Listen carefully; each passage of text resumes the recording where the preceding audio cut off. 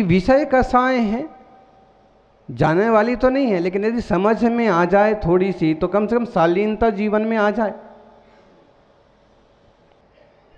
पत्नी ने कहा तुम्हारी सूरत को देख करके तुम्हें कोई भी बेवकूफ़ बना देगा, तुम्हारी सूरत को देख के तुम्हें कोई भी बेवकूफ़ बना देगा। पति ने कहा शुरुआत तो तुम्हारे बाप ने ही की, मुझे बेवकूफ़ बनाने की शुरुआत तो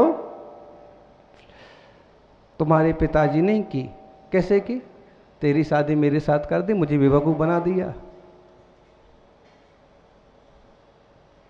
किसी न किसी रूप में कसाए, किसी न किसी रूप में विषय वासनाएं एक दूसरे को द्रोहित करती, परेशान करती।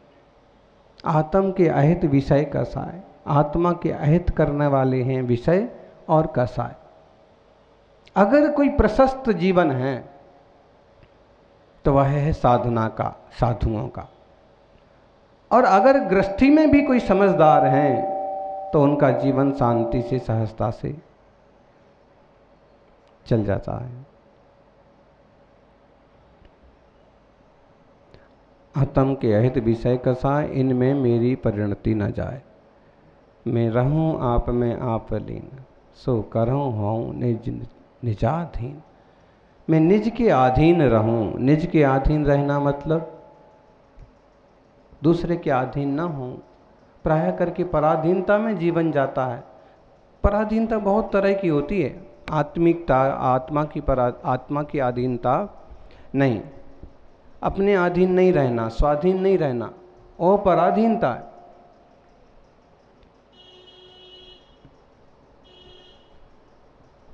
पराधीनता दूसरे लोगों की भी होती है।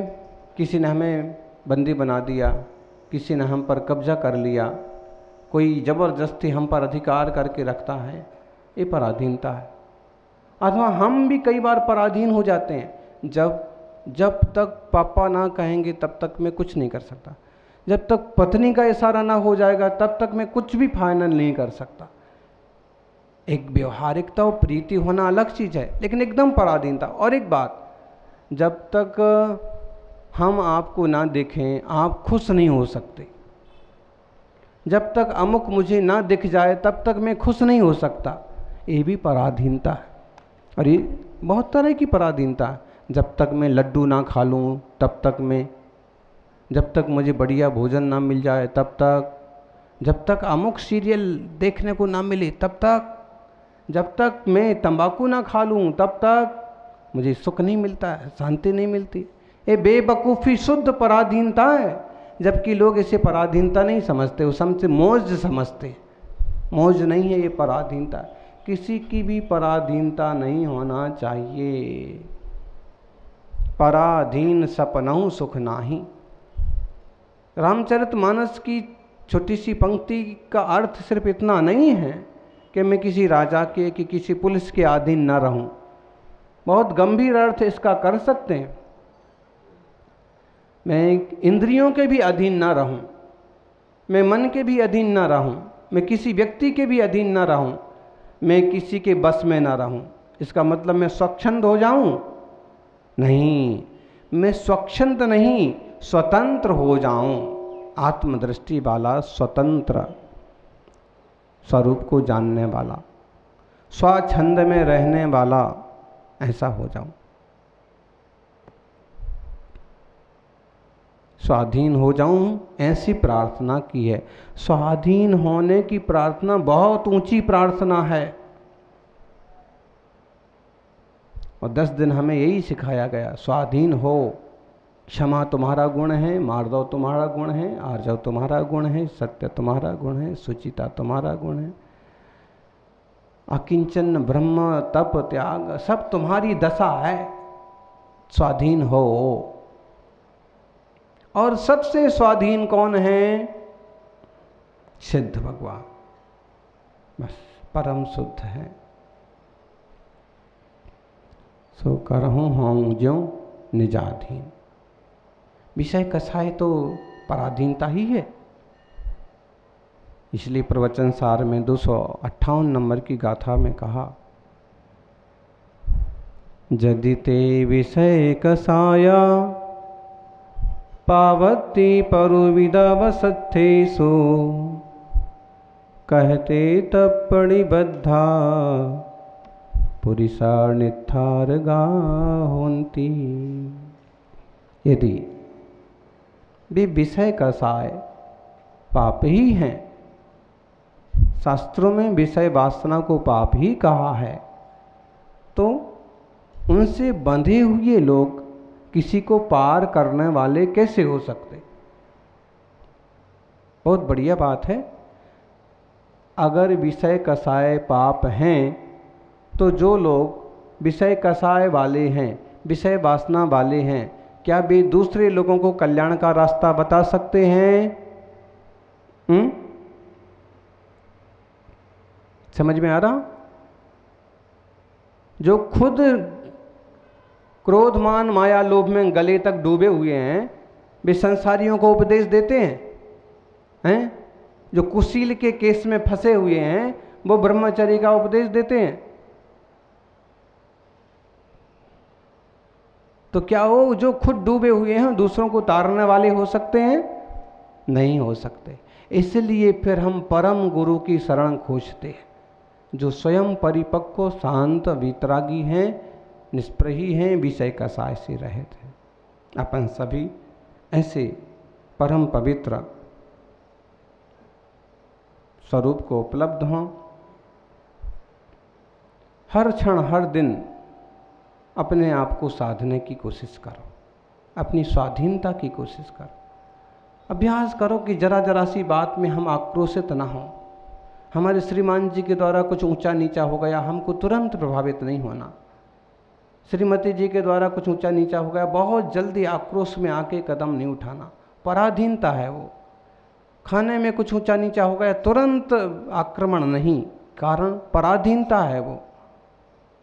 हमारे लिए जचने वाली चीज़ें उपलब्ध नहीं हो पाई, तुरंत नहीं, वो पराधीनता है। सबको मालूम पड़ रहा है तुम ऊंची कुर्सी के कितने पराधीन हो, तुम आगे आगे दिखने के कितने पराधीन हो। अब लोग, सारे लोग ऐसे हैं, इसलिए वो इस चीज़ को इस ढंग से बोल और समझ नहीं पाते हैं।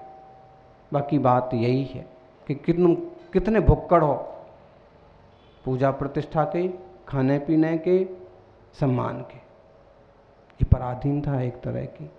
अपन स्वाधीन सहज शांत जीवन जीने का पुरुषार्थ करें।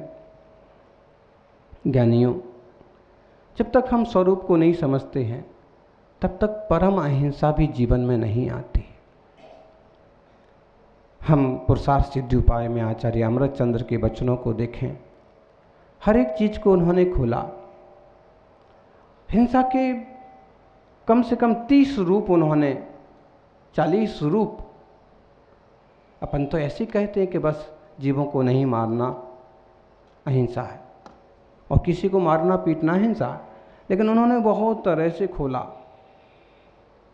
और आज अपन देखें कि अगर हम सोचें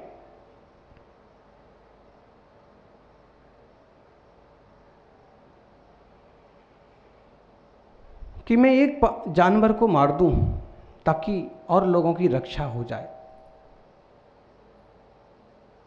तो ये हिंसा भी हिंसा ही है। ऐसे हम 83 नंबर के श्लोक में देखें, रक्षा भवति बहूनां, रक्षा भवति बहूना मेकस्यैवास्य जीवहरणेन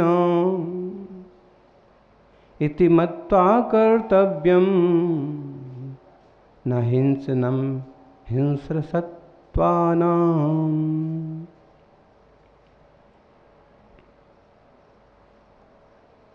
रक्षा भवति बहूनां एकस्यैवास्य जीवहरणेन इति मत्वा कर्तव्यं न हिंसनं हिंस्रसत्त्वानाम्। हिंस्रसत्त्वानां न हिंसनं कर्तव्यम। हिंसक जीवों की भी हिंसा नहीं करना चाहिए। नहीं, क्यों नहीं करना चाहिए? शेर को मार देंगे तो वो बहुत सारे जानवरों को नहीं खाएगा। यही लोगों की सोच है।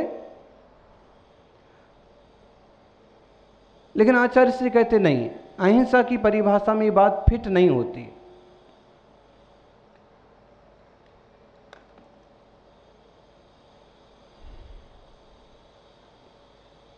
लोगों की तो सोच है, सांप बोले दुश्मन है, कहीं भी दिख जाए मार दो, नहीं तो लोगों को मार देगा। लेकिन ऐसा नहीं है। इस तरह का विचार, इस तरह की हिंसा भी हिंसा ही है। शेर का जो काम है वो शेर करेगा, तेंदुए का काम जो है वो करेगा, चीते का काम चीता करेगा। आपका गांव बच के रहे, एक बात। दूसरी बात है कि कम से कम हिंसा त्याग की भावना रखने वाले लोगों को तो ऐसा नहीं करना चाहिए। और फिर एक बात कि कभी आपका वो कर्तव्य बनता है राष्ट्र सेवा, ग्राम सेवा, तो बात अलग है। आतंकवादी को मारना, नक्सलवादी को मारना, महावीर कहेंगे हिंसा है। और कोई त्यागी वृत्ति तो ये कर ही नहीं सकता, ठीक। लेकिन अगर कोई राजा है और कोई सैनिक है तो वो हिंसा जरूर है, लेकिन उसको उस समय मुकाबला तो करना पड़ेगा। और फिर सामने वाला मारा जाए तो मारा जाए।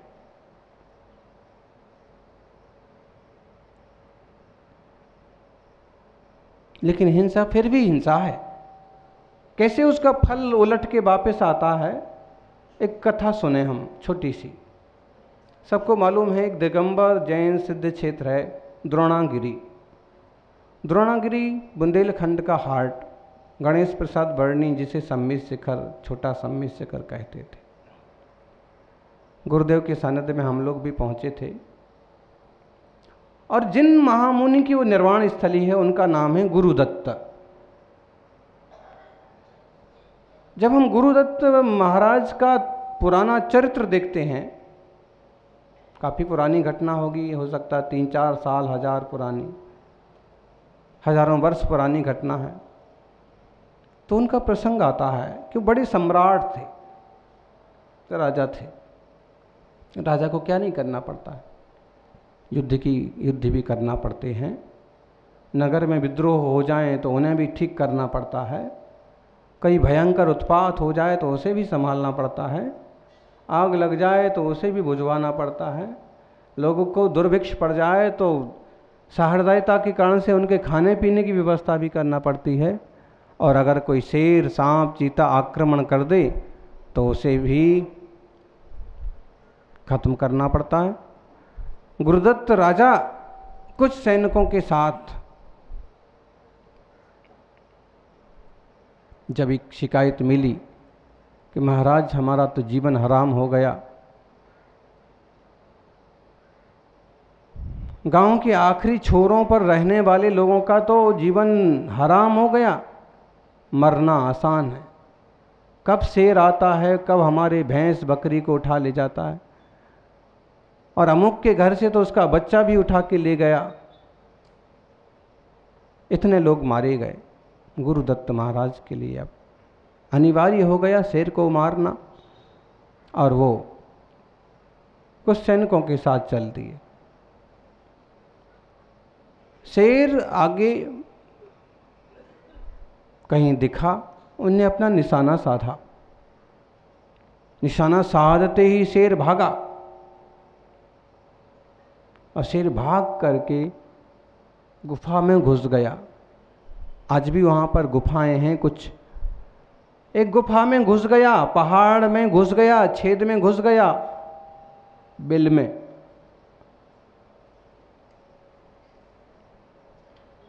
अब गुरुदत्त महाराज निशाना कैसे लगाएं? राजा का निशाना वहां अंधेरे में कैसे लगे? और खुद एक आध कदम अंदर रखा और उसने आक्रमण कर दिया तो जैसे नीति, राजनीति, कूटनीति, लकड़ियां भर दी गुफा के द्वार पर, अंदर तक घुसा घुसा के। जंगली लकड़ियाँ आग लगवा दी। क्या हुआ? शेर उस आग में तड़प तड़प के जल जल के मर गया। लेकिन कुछ भावों की सरलता कहो कि वो शेर मर करके मनुष्य पर्याय में उसी गांव में जन्म लिया। अत्यंत क्रूर। इधर इस घटना से और कुछ घटनाओं से गुरुदत्त महाराज को वैराग्य हो गया। ऐसा हिंसा का काम करना पड़ता है राजा को, ऐसा राजा को कपट करना पड़ता है। राजा का जीवन भी कोई सुखमय नहीं है, हमेशा दूसरे राजाओं का भय बना रहता है। कई सारे वैराग्य के कारण जुटे और उन्होंने दीक्षा ली। दीक्षा लेके, मुनि व्रत लेके, तपस्या करते करते वो वहाँ पहुँच गए। 20-22 वर्ष की तपस्या करते करते वो द्रोणगिर तक पहुँच गए। जिस क्षेत्र में उस शिकार की घटना घटी थी, जिस क्षेत्र में वो व्यक्ति जन्मा था, वहाँ जाके ध्यान में खड़े हो गए। और वह व्यक्ति वहाँ से किसी निमित्त से निकला और उन्हें देखते ही ऐसा भयंकर आक्रोश आया, ऐसा रोष आया कि उसने आसपास के पलाश के पेड़ से, वृक्षों से रुई निकाल करके और चकमक उनको रुई से लपेट दिया। और चकमक आग जलाने का एक सिस्टम होता था, आग लगा दी। गुरुदत्त महाराज मुनि थे, बीतरागी थे, शांत स्वभावी थे, इसलिए यही विचार करते करते कि कहीं कोई कर्म उदय में आए हैं, मैंने भी किसी के साथ ऐसा किया था, चलो इसकी निर्जरा हुई, शरीर तो एक दिन जाना ही है। और वितरागता की भावना भाते भाते आत्मस्थ हो गए और वहाँ से उनको केवल ज्ञान की प्राप्ति हो गई। हिंसा की जरूरी थी, लेकिन वो कहीं ना कहीं लौट करके वापस आई। इसलिए फिर सीधा मना किया है कि नहीं, हिंसक जीवों की भी हिंसा करने की कोई ज़रूरत नहीं है।